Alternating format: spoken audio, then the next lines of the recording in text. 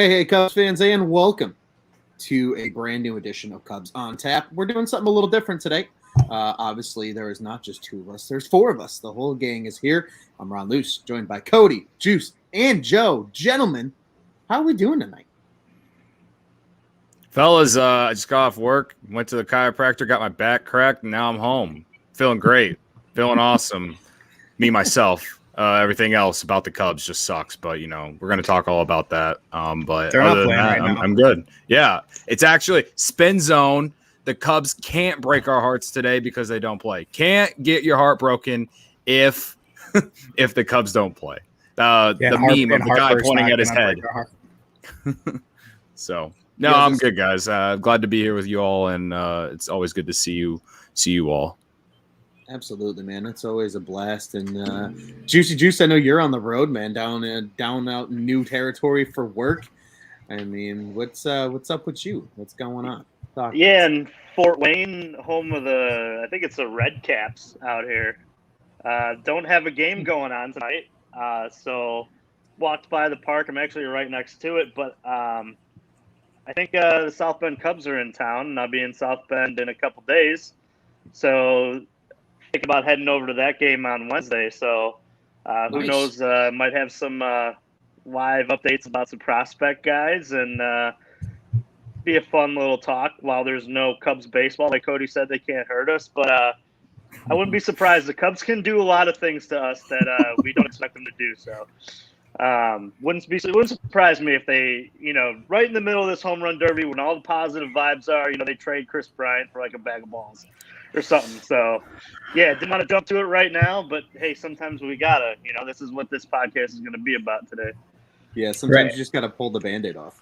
Yeah, I mean, you're going to have to see pictures of Schwarber and Bryant hanging out together. That doesn't always feel great.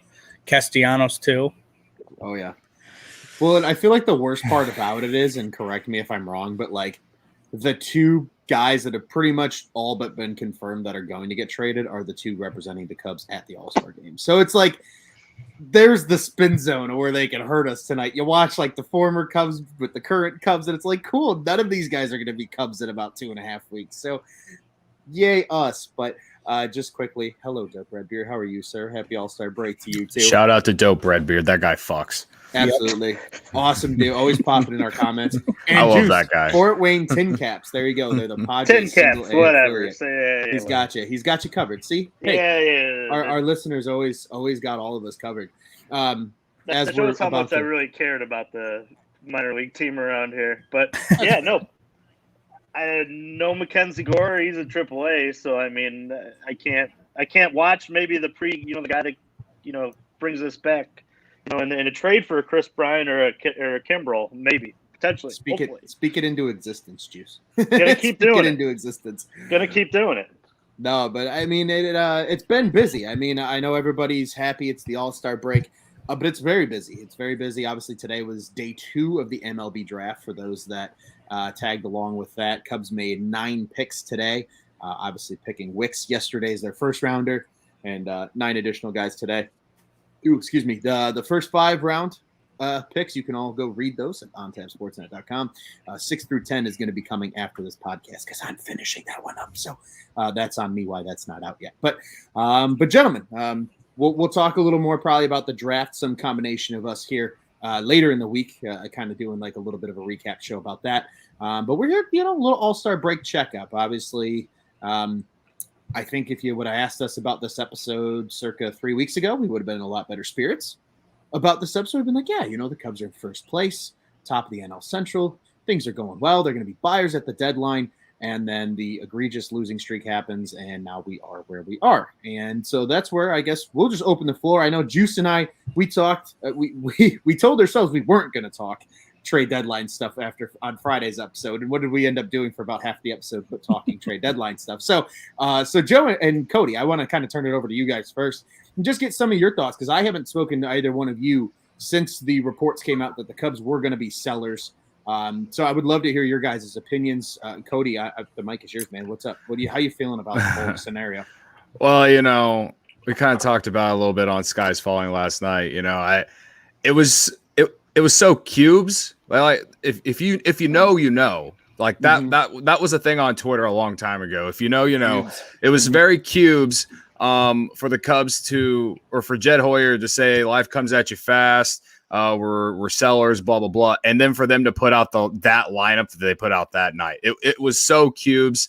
You know, I've started waving the white flag, man. I know that we're gonna have to sell, and even beforehand, before the 11-game losing streak, I was still okay with trading some pieces. I was obviously hoping for like more of a buy, but if we wanted to sell a piece, but you're gonna get some sort of future in return, it would have made sense to me because, like I've said and how I've reiterated all season, Jed said it was a transition year. So I didn't go into the season with World Series expectations. I went in with, hey, who knows what the fucking happened? We might make the playoffs. Let's fuck around, see what happens. Yeah, I mean, ever since he said that, I've just kind of, I was already numb, guys, but like I just feel like it's, I don't even know if he should have said it. Like with the way that things work, like, okay, you just told the entire league you're selling. Are we going to get what we deserve? And as far as a return, if he said it, then I'm assuming this is something that GMs say. I don't know. I'm not used to being in this spot, man. It's been a long time since the Cubs traded Jeff Samardzija for Addison Russell and that, you know what I mean? Yeah. So like, it's one of those things where, again, I know we're selling. I'm content with it, but at the same time, I was just like, the timing just of all of that was just really shitty, especially with that line. I mean, they didn't put Baez, Bryant, and Contreras in the lineup that night, and they went out and lost like 8-0. It was the most Cubes thing ever. The most Cubes thing ever. Yeah, it was a bit of a pardon my French, but a bit of a kick in the balls, to say the very least. But Joe, I mean, let's get your thoughts on it. I know you've been vocal when you got to be vocal about it. I've seen you doing a little talking about it on Twitter, but I'm sure all those in our podcast listeners that we are super appreciative of, because those podcast numbers just continue to climb and climb and climb. So shout out to those people. But what do you think? I mean, what do you got so far, especially with that initial announcement? Because I feel like kind of like you said, Cody, like that was the moment where it was really like, okay, now it's real, because like there's been, it's essentially came straight from the horse's mouth, and now it's like, well, the inevitability of it. It's like Thanos, right? It's like he's inevitable. This deadline now for Cubs fans is unfortunately inevitable. Mm-hmm. Right. I mean, just like Cody said, we were kind of hoping to be buyers, and at the least, they could have been buyers, or they could have been sellers, but buyers at the same time. Like 3 weeks ago, if you would have told me that the Cubs traded away Craig Kimbrell, I would have told you that they easily still could have won the division without having Craig Kimbrell, and trading Kimbrell can definitely propel us to the next 3-4 years with some young talent. But obviously now it really doesn't matter who we have. So you might as well get rid of everybody. But yeah, it sucks, man. Like not that long ago, it's probably still in drafts on WordPress. I said, who should the Cubs get at the trade deadline? I never finished it. And I never, at a certain point, I never really saw a reason to, because it was just all doom and gloom. So it sucks. The only thing that we have going for us is that we at least have the decision. We know it's happening. Mm-hmm. There's no more speculation, whether that's good or not. Who knows? Yeah. But we don't have to speculate anymore. I forgot to mention, in those comments that Jed said, in the article, I think Patrick Mooney said it or wrote it down or not wrote it down, but put it in his story at the very end. Jed was like, this isn't a quote unquote rebuild, more of a retool type situation. Again, back to like everything that I already said, like he could just be saying that to say that, just to like, not let everyone know exactly what he's thinking. But to me, that's a little bit of a silver lining, that we're not just going to sell off the 3 guys just for the shit of it, and then go start talking about prospects for the next 4 or 5 years. Because if they do that, and then then I won't think that we're going to go into that right away. But if we do that and then they don't spend anything in the offseason with all the freed up money that they will have, then I will go into a mode of like,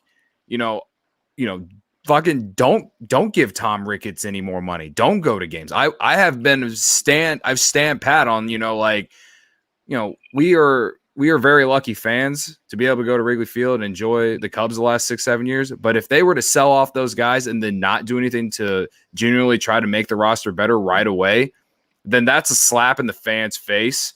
And then I really wouldn't blame people for not going to games because of Tom Ricketts. But, if they sell one, perhaps two, depending on the return you get back, and then try and get better in free agency, because again, they will have so much money this offseason. Yeah. Then I can understand, and I can get in line, and I will, get ready to get hurt again next year. But that's a long ways away. But I mean, that again, like it's hard to take Jed's comments, to heart at this time of the year, because he's just saying what he's got to say to save face, So, sure. Yeah, and I agree with you there, Cody. And that was something that I kind of thought about as well. Was if this is truly a transition year, to me, a transition year is not a blow it up year, like you said, right? It to me, him saying, hey, we're not rebuilding. Okay, great. And they shouldn't. I mean, it's not like this team is in a position where like that 08 Cubs team was, because they were all aging and nobody was getting younger and they needed prospects. That was different. That was a very different time, different era, different built team. Now you still have so many young pieces in place that are going to be a part of this future. The Nico Horners of the world, guys that are on the way up. I mean, we just saw Brennan Davis have a Futures Game MVP performance over the weekend with his 2 home runs at Coors Field. There are a lot of up-looking things for this Cubs team. There's still plenty of pieces in place. Even if they, like you mentioned, sell off 1 or 2 guys, maybe even 3, there's plenty of pieces still here for them to be relevant, and then plenty of money for them to shore up spots that they need to shore up for the near term, because this team has seemed to have been doing a lot better in terms of drafting ever since Dan Kantrovitz joined this front office, and they've had this kind of changed philosophy. Obviously, a lot of good drafts from Theo and Jed before Kantrovitz showed up, but it seems like now they're almost getting more and more of that late round talent that's actually like turning into something. It's not just bodies to fill the farm system type thing. So I'm right there with you. I think that'll be the big thing, right? It is okay. Hey, we'll be patient the rest of 2021 now that we know the expectation and now that it's been said.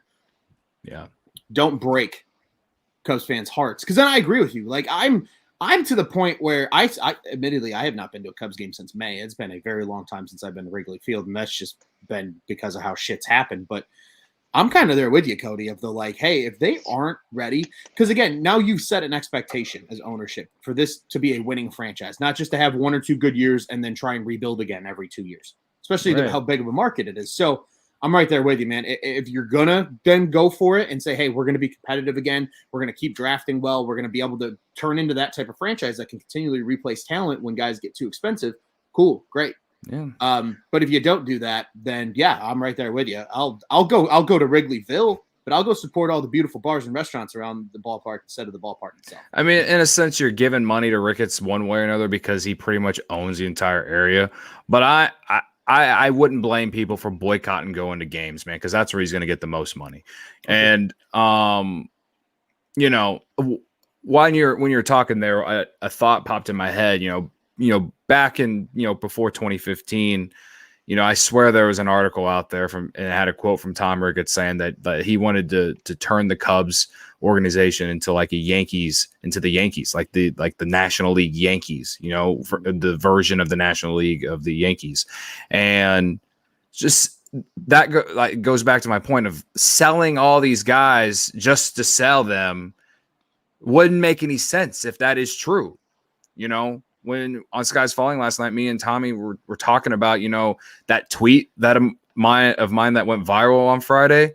When we got to talking about Tom Ricketts, it's kind of like, well, on one hand, if we if he wasn't the owner, we probably don't win the World Series because he really is the pillar, one of the pillars as far as when you take in the entire organization and how they won in 16. He was the star. He hired Theo. He, he started the reign of changing the outlook of the organization. You have to give him credit for that. But since 2018, he's been pinching pennies, not wanting to improve the team. Theo, remember after 28 season, he said the offense was broken. Well, he legit never really changed anything.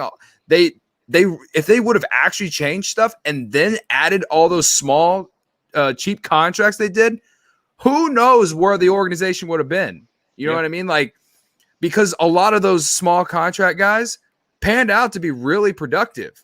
But if you don't make major changes to improve your roster, when it comes to whatever the glaring holes are, then you're just people say it all the time on Cubs Twitter. It's like, it's just insanity. So I think Tom Ricketts, there's a lot of blame into why the last 3 years, at least, where he hasn't allowed Theo and Jed or now Jed to do their job. So, if Tom Ricketts really wants to make this organization the Yankees version in the National League, then he better fucking let Jed put his meat on the table this offseason and make some moves. You know what I mean? Fix the holes that are in this roster. So I don't mean to take everyone's. I don't mean to talk over Juice and Joe. You guys have been fairly quiet, so I'm sorry, but well, I missed you guys. The very controversial Cody on tap. I suppose so, man. Causing ruckuses everywhere. So many people hated that tweet too. and I was just kind of they were all like, this is not even like the Addison Russell part. It was like, that's not even the top 5. It's like, I didn't even say it was a top 5 list. It was just a list, Yeah. So it is what it is, man. I again, Twitter is free, guys. It's free. So it is what it is, man. I just couldn't believe that tweet just blew up like it did. But I don't know. It's just interesting how the internet works. Going to your the Yankees of the National League thing, is that really? I understand what is meant by that, but comparing directly to the Yankees recently is like, is that even what you want? Have you seen that big contracts? They just really don't work out. And to a certain degree, you need to have big contracts in order to keep your good players. I think the mentality is kind of like what he's saying. Like, expect to win every single year.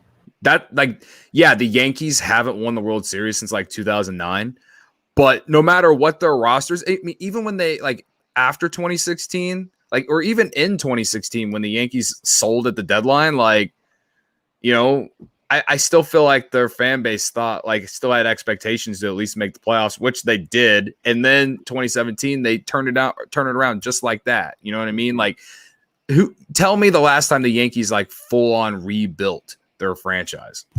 Not in my lifetime. You know what I mean? So I think the mentality is the biggest thing. And going in with the people who are like, we should rebuild let this thing play out for another 3, 4, 5 years, whatever. Again, it just doesn't make any sense to me, at least with that. I understand selling. I agree we should sell some guys, but don't just completely overload the roster and rely on a bunch of guys who have proved nothing to be the next core of guys to bring a World Series to the Cubs. I think that it's beneficial to have some pillars in your organization. Then you can bring a guy up like Brennan Davis and let him mold with guys who have been around the league, who have played in Chicago, can help build those guys and give them experience. It's a lot. I mean, we were genuinely blessed that Theo got Chris Bryant, Kyle Schwarber. I know he didn't get Javier Baez, but they stuck with them. Remember where everyone thought we should trade Javier Baez in the 2014 offseason or 2015 offseason? Remember that old Gordon Whitmire tweet of them trading Baez for fucking Shelby Miller? Thank God that didn't happen. You know what I mean? What Theo did is just, it doesn't. I will talk about it forever because it was so impressive that all those guys pretty much hit in the grand scheme because they won with them. You know what I mean? So it's just so much harder to do a rebuild like what a lot of fans are saying. And again, it's just, I think that a lot of fans just think that it can be so easy. It's just like, not really, brother. Not really. You got to think about two of the biggest trades that the Cubs hit on was it Scott Feldman to Baltimore? I mean, Yep. And Steve Clevenger, yes. And Steve Clevenger. And then, I mean, they traded, I mean, I know this was, prior to that, but they traded Andrew Cashner to the Padres, right, for Rizzo? Yep. Like, those are just two absolute not nobodies, but like, those are, in the grand scheme of things, guys you don't even remember. And we hit Anthony Rizzo and Jake Arrieta and Pedro Strop. Right. Like, for damn near nothing. So you need a lot of luck. Right. The thing is like now prospects are just so much more coveted than they were when the Cubs started rebuilding with Theo, that it's kind of like you like trading for, with the, I think Ron, you said earlier, Mackenzie Gore, or the Darvish trade. Everyone was talking about Mackenzie Gore or Jake Cronenworth or whatever. Like, again, yeah, I wish we would have got one of those guys, but I wasn't necessarily surprised that they didn't, because just the market for minor league prospects now are so much, like, not the market, but like the value of minor league prospects, especially top prospects, are so much higher now. Teams are looking to find the next Fernando Tatis Jr. in their system and like extend that guy as soon as they come up, give them a nice 14-year contract or whatever. Then that allows you to give them a long contract, but at least you're going to get their prime years, stuff like that. Like, it's the days of giving big contracts to guys who are, 30 years old or older or over, and the oldest the oldest you're going to get any kind of big contract like that is, maybe 28, 29. So, I mean, unless Scott Boras is your freaking agent, man, I think that, there's a lot of these older veteran guys who have been around the league in a while and have been really good aren't going to exactly make a ton of money unless they already have. So that's why, when Bryce Harper was a free agent, it took forever for him to get signed, and so on. Nolan Arenado and all those. I mean, those guys signed their contracts in their mid to late 20s. So I just think that, with that said, like I said, the minor league prospects, if they're highly rated, no team is going to trade them unless they're getting a guy that has multiple years of control and is proving consistent years of just success. So, I with that said, I don't know how you guys feel about this, and I keep talking, and I'm so sorry, but like, I do think they're going to get a lot for Kimbrel, but I also wouldn't be surprised if they don't get the Red Sox or whoever's top prospect. I can see them getting a top 10, top 15 of their system, but perhaps not their like top guy. I don't see it. I hope I'm wrong, honestly. Yeah. No, and I kind of agree with you, Cody, and then I wanna hear Juice and Joe's takes on this as well. But going back to the whole Yankees idea, right? To me, the team I would want the Cubs to become more like is the Boston Red Sox. I mean, look at it. They've won 4 World Series in the last 15 years with like almost 4 different cores. Like, that's the model of consistency to me now, because and this kind of ties into your point, Cody. Teams value their prospects so much more because they're young and they're cost controlled. So then you can go out and add those 1 or 2 big time guys to fill a major hole that you have and just continue to win that way. Look what the Cubs did. It essentially was the Cubs model for the 2016 World Series. All their studs were on rookie contracts. You had your few big names like your John Lesters, your Jason Haywards, your big money contracts on that end. And that's how they were able to be successful and go win the whole thing. And I think more teams are starting to understand that that's probably the best model you can have. And that's why I think they're valued so much, because teams want homegrown talent. Look at the Chicago White Sox right now. Most of that is guys that they've either acquired internationally as prospects, or they've done the right thing in trades, or just have developed naturally just by drafting guys, Tim Anderson, Nick Madrigal, Andrew Vaughn, so on and so forth. The Cubs did that to an extent too. And I think now that teams are starting to see that model works, if you do it correctly, I think that's where that prospect value has totally come from. And so I'm right there with you. I would be happy if in any trade, whether it's a Kimbrel and Bryant, if there's a team that steps up for both, or there's 1-1 for each, I'd at least be happy getting a top 5 guy back, at least for Kimbrel. And I say that for Kimbrel because elite closers in today's day and age is the difference for a lot of contenders in the playoffs. And I think that's where his value is going to ultimately come from, and where people are going to be willing to maybe overpay for him a little more. Plus, he also has another year of control because of an option. So that makes him a lot more appealing. And I think you could get potentially, depending on the team, you might not get a, top 10 farm systems #1 prospect, but you might get a somebody that's in the 15 to 20 ranges top prospect. You know what I mean? And so that's, I think, where that'll come into play too. But at least top 5 guys. That's kind of where I want to go. But Juice, Joe, I want to hear from you guys too, because it's a very interesting question, because I like that Cody brought this up, because the value of prospects is so different nowadays in the major leagues, and quite frankly, I mean, this is something relevant to Cubs fans now, because we do want to see the best returns for these guys. Ultimately, I want to see them double dip and just re-sign Chris Bryant in the offseason. But in the present, you got to get something for these guys, and you want the best return. So I would love to hear from you guys, your thoughts, on values of prospects, maybe, what it's going to take for the Cubs to get a best return, maybe some of those kind of ideas for some of these guys. I think it's hard to just group the entire MLB into one. They want to hold on to every single prospect. When you look at around the league, there's a lot of pressure for guys to win now. And I think that's what kind of will drive the Cubs having more value for these guys. I look like a team like the Mets, like the Oakland A's, teams that have been in it and been close, and maybe they need a Chris Bryant or Craig Kimbrel to get them over, that hump to make a deeper run than they have in the past. And maybe it's all about Jed finding the sucker at the poker table, in my opinion, and just saying, hey, this is who I have. And not to mention, I have it all. I mean, we don't think that guys like Wilson Contreras or Kyle Hendricks are going to get traded, but they should listen. They should absolutely listen, because at the end of the day, the Cubs have every single thing that a team contending would need. Who's to say that they don't get an outstanding offer for Kyle Hendricks that retools them next year, and they go out and buy pitching?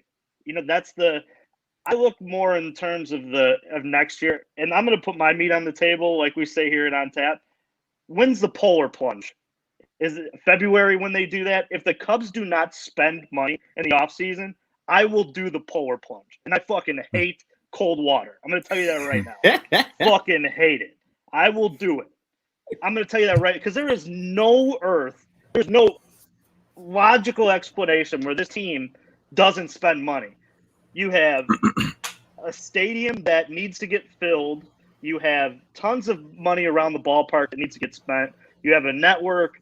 The Cubs are not going to sell that network by David Bodie being the front man of the whole thing.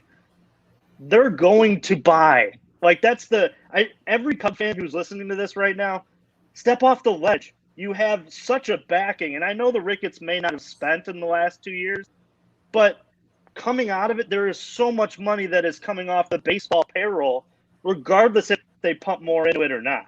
So they are going to get somebody.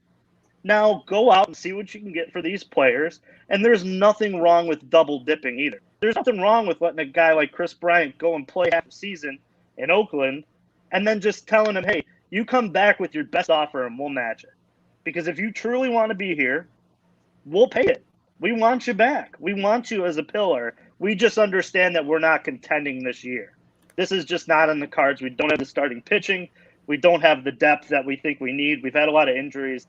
At the end of the day, that's where I think this team is. I think it's less closer to the full rebuild, strictly because if you listen to Jed Hoyer post Yu Darvish trade, he had talked about guys like the Boston Red Sox and how they never really truly tore it all down. They figured out ways to add pieces in, to add different pillars, to figure out which guys could contribute soon.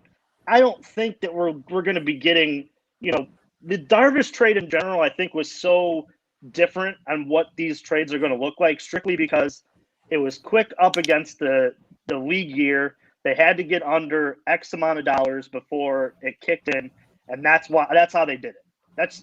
That sucks because they got back some crap. I mean, and we hope in the future 4 years down the line, whoever they brought back are going to be solid pillars of this team. But they had to do it because they had to just cut the payroll due to the pandemic, due to a lot of things. And as this whole economy opens up, it just opens up so much more for Jed and for that front office, because Tom, as much as I want to slander him, he's put a lot of money into the ballpark. He's spent money when they need to spend money. Minus last year and the year before, I'll give you guys that. Being in on Bryce Harper would have been great, and having him in a Cub uniform would have been great. But in a lot of ways, I attribute that half to him and half to Theo Epstein for paying Jason Hayward so much money. And I think it's a double-edged sword when we look at this, because both of them work together in terms of, I love Theo Epstein, but a lot of the moves at the post of the end of the Theo era were a little sketchy. We're kind of put them at a hampering. But at the end of the day, I look at the amount of money that Ricketts is worth and the amount of money that's around that ballpark, and I'm sorry, I will jump in Lake Michigan for Polar Plunge if they don't spend. I'll call it right now. No, what's that number? What's set it for you guys? Can see the three of you can set it right now. By all means, they will be in on some of the biggest free agents, and I know three contracts over $10 million. So count me in. I'm trying to think of something realistic here. We'll make it fun. If there isn't meaning, it'll be subjective, but maybe we can convince Juice then to we'll raise maybe some money for charity or something too if we get you to do a damn right plunge. Hell so, yeah, I'll jump in the water. It'll be good. Shit. We'll turn it into something good. But no, I think Juice, you brought up a lot of good points, and Joe, I do still want to hear your thoughts on this as well. To me, one of the biggest quote unquote mistakes of the Theo era, and again, this is not my bias just oozing out of my pores as everybody's going to think it is after I say this comment, but honestly is not re-signing Nick Castellanos for what he got from the Reds. Like, you're telling me they couldn't pay him 16 per year, right? Isn't that what he ended up getting? 16 per year. Like, I feel like they could have made that happen. It wasn't $25 million, right. Like Jason Hayward's making. Jason Hayward. Yeah, it was less than Jason Hayward. Yeah. And sure, I get the whole argument. Well, you weren't going to play him in Hayward in center to play Castellanos in right because he's not a good defender. Fine, but maybe this is one of those instances, and I'm not slandering. I love the guy, but just from a strictly baseball move. Maybe that is an instance where when the Kyle Schwarber trade value was at its highest after his monster second half that season too, that you moved him to get maybe a young starting pitcher to get ready for the future. And you do just re-sign Nick and play him in left every day because you can kind of, hide him away over there in left field and then just let him hit tanks on the Waveland Avenue for the next 4 seasons. Now, again, I'm still holding out the hope that he opts out of his contract with the Reds. The Cubs spend money. They get him back. My hope is not dead for Nick Castellanos to still be a Cub. But I do agree with you. Like, there were only certain, it can't all be on Ricketts. But again, to your point, Juice, just logically looking forward now, there's way too much money for Ricketts invested in the ballpark, in the team, and in the area around the ballpark that if they don't have a competitive team, because admittedly, the new era of Cubs fans a little spoiled compared to the old era of Cubs fan in terms of success.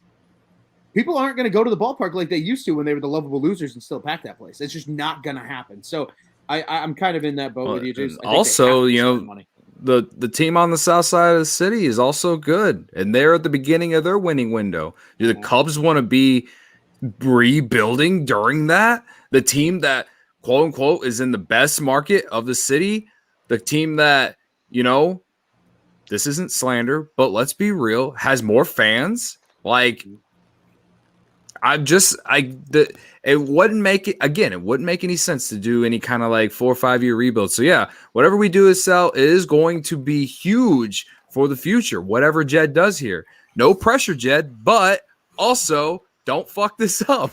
Like, this is his time. If he's been thinking about being able to be in this to have this opportunity, this is his time. These next 2 weeks, and I have faith. I don't think I think he did as good as he could with what Tom Ricketts let him use. Mm-hmm. A lot of people get mad about Kyle Schwarber not being a Cub, and I get it. He had a huge month of June, has like fucking 20 plus homers, whatever. I get it. I totally get it. But Jock Peterson hasn't been bad, and Jock Peterson has actually been. He's filled a hole that the Cubs have had for the last couple of years of being the leadoff guy. And I don't think. Yeah, and he's cheaper. Like Jock Peterson is not the reason the Cubs are not good at baseball right now. He is definitely not the reason. The reason the Cubs are bad at baseball right now is 1, injuries, 2, they didn't get enough starting pitching that was reliable, and 3, those are the 2 reasons at least. There's more reasons. Did I say injuries? Oh yeah, I don't know. But those are the big ones. Yeah, those are the big ones. Like Injuries and starting pitching, man. Like Dodge, they put themselves dodge. they put themselves in a position with the starting pitching to lose. Because again, I said this in the mailbag I wrote a couple weeks ago. I've said this on this podcast. I get trading you Darvish to replenish the farm system, but you didn't go get anyone to replace him that you knew was going to be reliable. And Tajon Walker is like prime example. He's got like a 3-year, $23 million deal from the Mets, which is a goddamn steal because he's been having a killer year with the Mets, and he's only getting paid $10 million a year this season. Isn't he an all-star this year? Yeah, he was a replacement. So there you go. I'm sure there's all kinds of other guys out there. I also want everybody to look at Kyle Schwarber's stats when he went on the tear because he was god awful for 2 months of the season there. When they came to Wrigley, his numbers were, if not better than Kyle Schwarber's, they were right there with Jock Peterson. You know, I think the only thing you knew that Kyle Schwarber was going to hit more homers than Jock Peterson, most likely. It's but Jock Peterson has done so, despite, only having 12, 13 homers, he's done so much more within the lineup. And to me, depending on what the Cubs do here, is a guy that I would not mind re-signing. Again, he's a guy that honestly you could use to trade as well. But in the offseason, maybe if his value is around the same, I wouldn't mind if they brought him back. I honestly wouldn't, but he is definitely a guy that you can, check in with some teams and see, hey, you looking for an extra bat? Because he can go on a tear and hit a bunch of homers in a span of a couple of weeks, and he's always going to give you a good at bat too. So, and for those reasons is why that I'm not against bringing him back after you trade him. Same scenario with Chris Bryant, what we kind of talked about. So, again, there's so many different things, and we haven't even gotten to prospects yet, guys. And it's like, I'm feeling really good about next year with what we have in the minor leagues right now. Now if you make some moves with whatever you get back from Kimbrel and get some guys who are ready that are going to be up next year, I will feel a lot better about the team next year if it all starts, this next couple weeks with some, with moves that are for the future that are right around the corner. Yeah, I agree with you there too, right? Like a lot of, I think, Cubs fans' hope, I guess, for lack of a better term, will be dictated on what the returns are for these guys. I think that's going to play a huge piece into how people feel going into into August and September. That'll really dictate a lot of things. And it's going to be fun though, watching some of these kids, and I think to your point about Jock, I think one thing that you'll see, one thing that plays well to them re-signing Bryant is the idea that, well, at third base, you really only have one prospect in your top 15 to 30 that's like close to MLB ready, and that's Morel, who's good, but he's not Chris Bryant. And Chris can also play multiple positions. So like there's a lot that you can, say, hey, we really want to bring him back. That's a good play. I think the one thing that would maybe prevent Jock from getting re-signed by the Cubs, if he was to, kind of be dealt as, and then, the idea of bringing him back is the idea that Brennan Davis is probably going to play left field at the next level. No, again, there's a ton of things that could happen. They could go in a different direction, and I don't necessarily want to see it happen, but they could deal a guy like Ian Happ. And if then center field all of a sudden is an open vacancy and you truly think Brennan Davis can play there, great. Then you could, in theory, bring back Peterson if you think Davis is an everyday center fielder. Like, there are just so many moving pieces. You've triggered another question for me, Ron. Thank you. You're welcome. What do you guys think? I think Ian Happ's going to get non-tendered if he doesn't figure it out in the second half of the season. I think he's going to get non-tendered if he doesn't play better in the second half. And I'm not asking for like amazing number, like I don't know what kind of numbers, but I need a second half batting average of at least 250 with an on base of, north of 350 and a slugging of at least 450. Like that's what I need out of Ian Happ in the second half for him to not be non-tendered. He's been that horrifically bad. Yeah. I think one thing you're going to see with Happ before the Cubs ditch him is you've seen it a little bit around the league. Two names come to mind with Cedric Mullins and Tucker Barnhart. He's going to drop one side of the plate. I was actually looking not that long ago. His right-handed numbers are actually not that dissimilar from his left-handed numbers, but it doesn't feel like it, Yeah. Like when he comes up on the right side of the plate, you're just like, you could just turn your TV off. He's got no power, just no threat whatsoever. Yeah. His best skill there might be hitting a bloop single or something. I don't think, especially now that the Cubs are kind of just seeing what they got, I think they're going to give Happ a little bit more time than that. But at the same time, like it's time to make some extreme moves, Like this is the time to do something crazy. I say it because they've given Ian Happ just as many opportunities as they basically gave Kyle Schwarber. He came up 2017, was really good his rookie year, then really dropped off 2018, got demoted, and then came back 2019 in the second half after being demoted and got really hot, took that into 2020, basically did that for a whole month. And then, it basically rode that entire 2020 season of 60 games because it was literally him or Jason Hayward who got hits last year. And then this year, he's just like, he was given the center field position every day. He was given the leadoff role every day and it didn't work out. He's fighting for time with Jake Marisnick. And I love Jake Marisnick, but he's a fourth outfielder at best on a good team, man. Don't slander the flow, but no, but I'm kidding. But no, just be real, bro. No, it is being real. It is being real, and I think that's where I do want to make one note because I know we're all watching. Holy shit! The fact that Pete Alonso just hit 35 home runs in the first round of the home run derby, that was absolutely bananas. I was kind of like peeking on it the whole time. I'm like, holy, is he still going? Yeah, he just hit 35, and I think the most to this point so far, I think was Mancini with 24. Mm-hmm. I think it was Mancini with 24. So if you bet Pete Alonso to win the Derby tonight, you're looking really good right now. Now granted, Ohtani still hasn't hit yet, but that's certainly something to keep an eye on. But I think it's a good point. It's a good question with the whole Happ situation. And Joe, I love what you brought up. I really do about the dropping one side of the plate because it really does feel like when he comes up as a righty that like nobody gives a shit. Like it looks like me coming up as a lefty. Like I tried to hit lefty in 16 in softball one night and I felt like an idiot. And that like it feels like he's not a threat. And I feel like if he worked on just being a lefty hitting against lefties, like it would probably benefit him more in the long run because he has power from the left side. We've seen it. Right. I mean, we've seen him hit absolute freaking tanks as a left-handed batter. And maybe too, just from like a focus standpoint, it's like the whole like, it's cool if you're good at a lot of things, but what if you could be great at a few things? Like, and now all of a sudden, you become this power hitting center fielder, or even a guy that plays all three spots. You know what I mean? Like, there's no crime in a guy that doesn't play the same position every day. Like, look at Chris Bryant. I mean, he's a perfect example of that. And he still gives you great at bats. He still gives you good production from wherever the hell he's playing on the field. So, I would like to see Happ.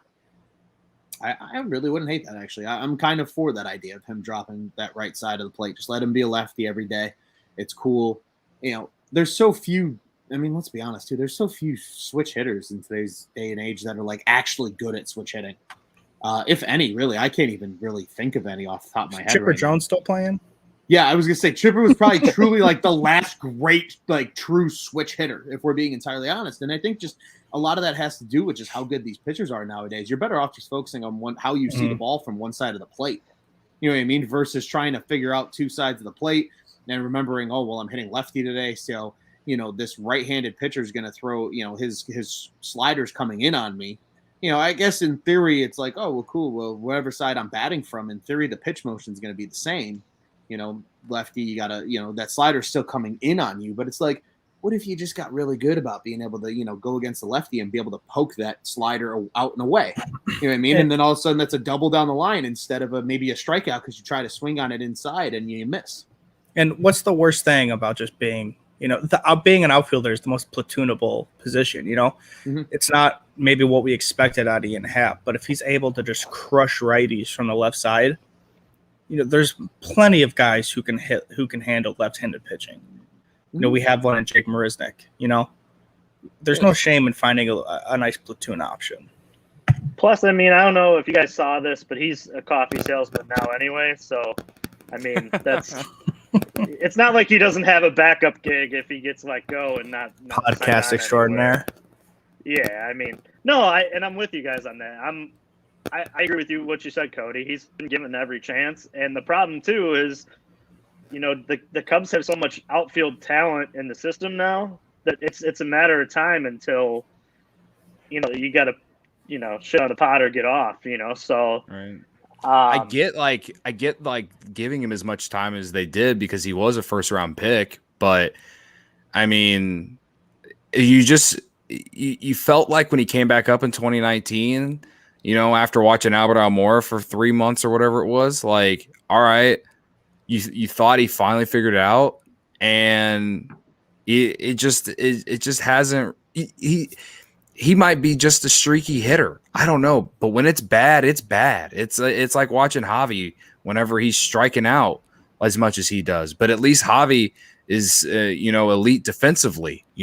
Like Ian Happ is an average defensive outfielder. He isn't like giving you a ton of value out there either. Yeah. Also, this is how I feel. Am I the only one who feels like he would do really well in Pittsburgh, hitting fifth in Pittsburgh? I just get the vibe that he's just not he's not a Chicago guy. This isn't his thing. He ends up being in a third, level tier MLB town. He would hit 260 and probably 30 bombs. But here, when he's not given every day at bats and there's so much expectation, he just doesn't seem like that guy. I hate to I know it's a Stephen A take for sure. Well, Stephen A would be talking about how he still can speak English. Yeah, right. Through an interpreter. But no, I'm a true believer that there's certain fits for guys that are out there, and maybe this is just not his cup of tea because he just seems like he's really close to the chest, kind of a quiet-ish guy. I know he's got the podcast, but I mean, he doesn't seem like he's a Chicagoan through and through. I don't know. I'd probably sound like a fucking dick right now, but whatever. Meatball takes juice. Meatball juice. There you go. Hey, man. Where I think he would love to hit, where he went to college in Cincinnati, and then you can just replace Castellanos with Happ, and Castellanos comes to Chicago, and I get what I want, trade. And everything's happy. Yeah, he would hit well in Cincinnati. He would hit well there. He literally always does. He always hits in Cincinnati. At least this year, he's only performed well in Cincinnati. Cincinnati and Pittsburgh. Those are the two towns that he hits. I don't get it, but I am genuinely hoping that he turns around the second half. And, extends his time as a Cub because he is a likable guy. Everyone used to talk about, when he first came up, he was just a quiet, always had the same face. Those memes were fun for a whole month and people kept doing them and it got really old to me. But, then, we were joking about him starting the podcast with Nico Horner and Zach Short and Dakota Mex. But, I mean, I thought it was a good thing for him because it kind of I guess gave him a little bit more personality for the fans to see. So I like that aspect. I just need him to perform though. That. I think that's the thing. You can do all that. It just doesn't look fun or great when you're not performing. And that's just that's just the stuff that comes with being a professional athlete. And if you're going to do that kind of shit, again, it's unfair, but you're also making millions of dollars, brother. So, pull your pants up and fucking and fucking get your shit together. That's all I can really say. Cause it's like it's one thing to see Jason Hayward at the batting 200 right now, but it's another thing to see Ian Happ, a guy that was highly touted, a first round pick, a guy that you really had a lot of high hopes for this season, to just be at where he's at. I mean, he's literally fighting for fucking playing time with Jake Marisnik. So yeah, I mean, he's hitting like 182 right now. Happ is. Yeah, man. It's bad. It's worse than not great. It's bad. It's bad. Okay. Yeah, it's not good. Yeah, now he's in my little arena of my day job. So I mean, I hope that he succeeds, because the last thing I need is Ian Happ taking my job because he's a coffee salesman now. So. Exactly. He's stealing all the podcast listeners from us, man. Like, right.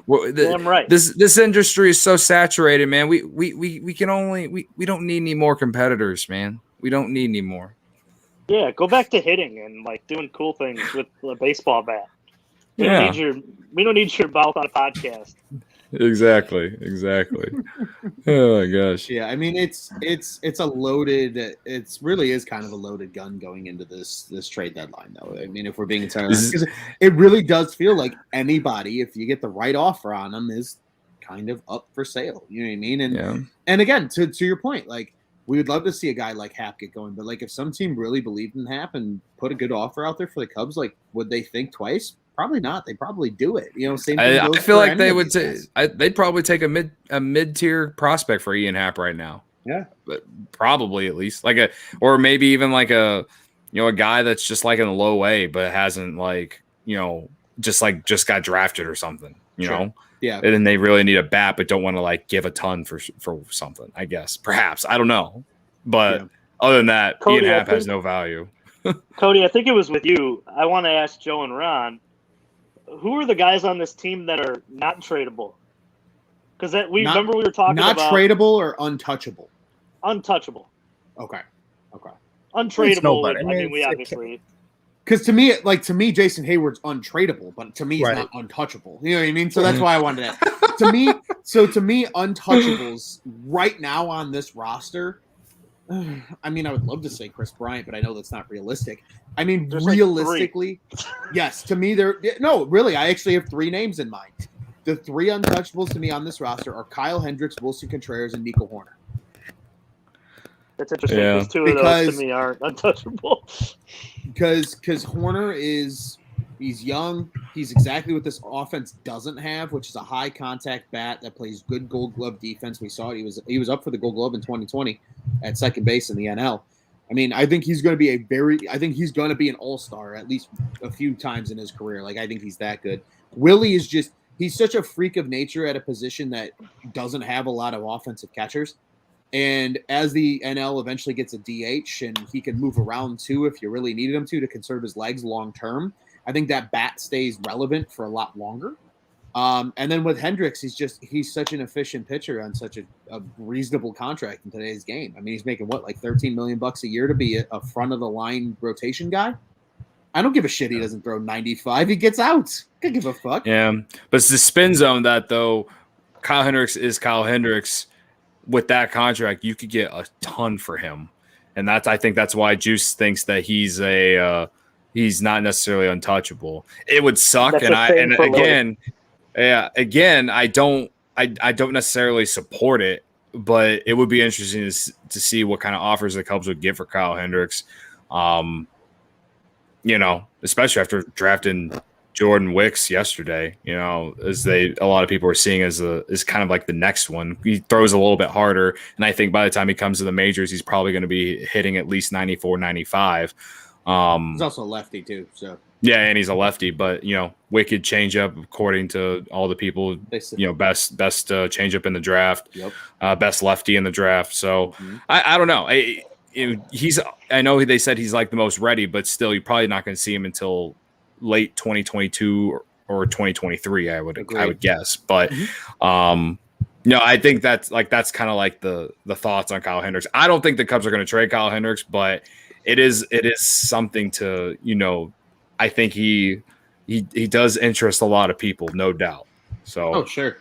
And his contract and with his consistent production, that's the kind of guy that would land you a top 25 prospect in baseball, I think. Yeah. Because of the contract and the shown ability of consistent work that he has done over the last 3-4 years. Well, I would hope, like, if you do trade a guy like him or Contreras because of that additional year for Contreras and then more years for Kyle, that, like, you do get a monster return, because that's how it should be. I think that's going to be ultimately the one thing that disappoints Cubs fans with the Bryant return, if he's just exclusively traded by himself. And why I think Kimbrel's going to get the better return is because Kimbrel's at a premium position as a closer, especially in today's day and age. And he's also got another year of control with that option. So, I think more people are going to be willing to overpay for a guy like Craig Kimbrel than they are for a guy like Chris Bryant. Now, granted, I still think you get a good return for Chris Bryant, but I think in the grand scheme of, like, maybe who do you get the more immediate return for? I think it could legitimately be Kimbrel just because of the position, not even because of, like, the player necessarily. But like you said, I mean, to me, like we talked about earlier in the show, right, with like prospect value, if a guy has that years of control, teams are much more willing to part with, a player that they see in their future 2 and 3 years out, because, that guy that you traded for him, even if he's lighting it up with the new team, at least the guy that you traded for him is still doing something with the with you. I mean, look at why the Cubs did what they did for Jose Quintana. I mean, in hindsight, again, because hindsight's always 20/20, and it's kind of a bitch at the same time. But the reason they were willing to give away Dylan Cease and Eloy Jimenez is because they had multiple years of team control with Jose Quintana, and he was under a very friendly contract, and he was a very efficient pitcher with the White Sox. He was still fairly good, at least for the first 2 years, maybe even 3 years with the Cubs. And then, of course, he cuts his hand washing dishes, and he was just never the same pitcher again. So things you can't control, but again, that logic, right, is there. Jose Quintana washing dishes in his own house. Him and Brandon Morrow putting pants on, brother. Yikes. Like that. That felt like those felt like Cubs curses within, like, the Cubs curse. Can we talk? Just at least note that. I don't even need to get into details, but it's just like, of course, like a reliable left-handed starter and a guy that was at the time an elite closer for the Cubs both get hurt doing dumb shit. Yep. Yeah, Joe, I need your 3 untradeable that's on the roster right now. I'm gonna be honest. Like, if I'm not speaking with my heart, I think I agree with you that Contreras and Hendricks are not untouchable. Horner has to be, because he's so young and he's done so well that you can legitimately build around him and build around his skill set, contact, gap to gap. So that's something you style your entire offense out of. Right now he's kind of the black sheep within, a launch angle and strikeout offense. So he's legitimately somebody you could style your offense around. So he's definitely the one where I'm saying, thanks for the call, but go fuck yourself. Nice, but love that. But like I said, like Contreras he should be, if he's available, he should be a hot commodity. Especially for a team who has a legitimate backup, or if they're in the AL, how are they not wanting Contreras right now? Does his energy translate? Hell yeah. Does his bat translate? Hell yeah. Does his defense translate? Yes. Can we talk about how fucking dumb it is that Yadier Molina's in the All-Star game and fucking Wilson Contreras isn't? That should be fucking illegal, brother. The MLB, no. Whoever decided this shit, I don't know if he got in on fan voting or if it was managers or whatever. It should be absolutely illegal that Yadier fucking Molina, the most overrated fucking player, catcher, or just athlete ever, is on the All-Star team at this point in his career. This guy is fucking hot garbage this year, fellas. Speaking of Yadier Molina, I'm trying to explain, Molina to my girlfriend. She knows baseball. She lived in St. Louis for a little bit too.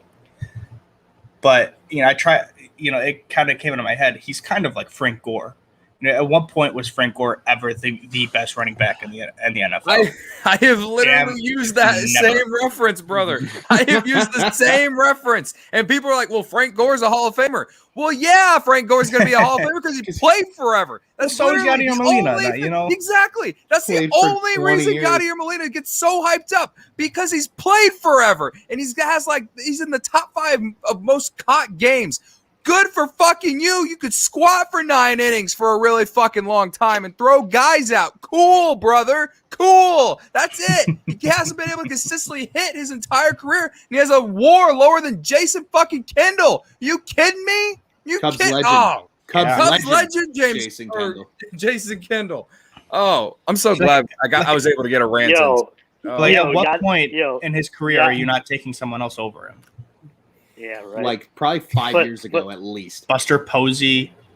Probably I'm taking Salvador Perez over him over the last however many years they've been in. Oh, yeah. Like even this season for the All-Star game. Right. Is Buster Posey in the All-Star game? He was voted the starter, but I think he's on the IL. Oh, okay. My thing with Yadier Molina is I think that he will get in the Hall of Fame, but I think he only deserves to get in the Hall of Fame just for longevity, and that's literally it. That's literally not to minimize that, but right. But a lot of people think this guy's like a first ballot guy. And that's no. He will, because the baseball writers love him, which annoys the living shit out of me, because Sammy Sosa continues to just be shamed by MLB writers. But like I can't. So just a PSA for everybody. Otani's about to start hitting, so make sure you I'm look ready. Up. Maybe is that the perfect time for us to wrap it up after Juice's just one last thought sharing it here? Go ahead, buddy. Yadi's place in Cooperstown should be right next to the steroid era. Like, it should be right next to each other. Like, you go right from Yadi right to the steroid era, because that's the only transition that the Hall of Fame could have from guys who did it right to the steroid era. It should be normal Hall of Fame, Yadi Molina, steroid era. Like, and that's the era you walk in. Yeah, I agree. I completely agree. Oh my god, that's very comical. We just talked about a whole ton of shit, guys. I hope we were able to hit all the bullets for the listeners, but it's always fun, fellas, and I guess for me to just end it before Ron does his best Pat Sajak here. We've kind of said it on Sky's Falling the last couple of weeks. Just enjoy what's left of who we got, and just please do not hop ship. Like, that is not what it's about being a Cubs fan. Things won't get any better this year, at least, but I do genuinely think the future is bright. So, I'll just end it with that. Just don't be the fair weather fan, because I will slander your ass. You'll see us for here. Yeah. So yeah, we'll be yelling and screaming at people. I agree, man. I think 2022 and beyond is going to be fun. I think it's going to be interesting. This is, if you're a nerd like I am, in the sense of like team turnover in the off season and stuff, like the next 6 months to 8 months of Cubs baseball are going to be very interesting. So hey, just buckle in, dial in, and continue to hang out with us here at Cubs on Tap, and we'll keep you in the loop. And I agree with you, Cody. I would like to still go to games this year. I mean, I really would, and next year, but I just hope they don't piss me off. That's all. But nonetheless, like Cody said, I'll quickly wrap this thing up here. Cubs on Tap. I want to remind everybody, Cubs on Tap is the official Cubs podcast, the On Tap Sports Network. You can go ahead and check out all of our great work, www.ontapsportsnet.com, and at On Tap Sportsnet on social media.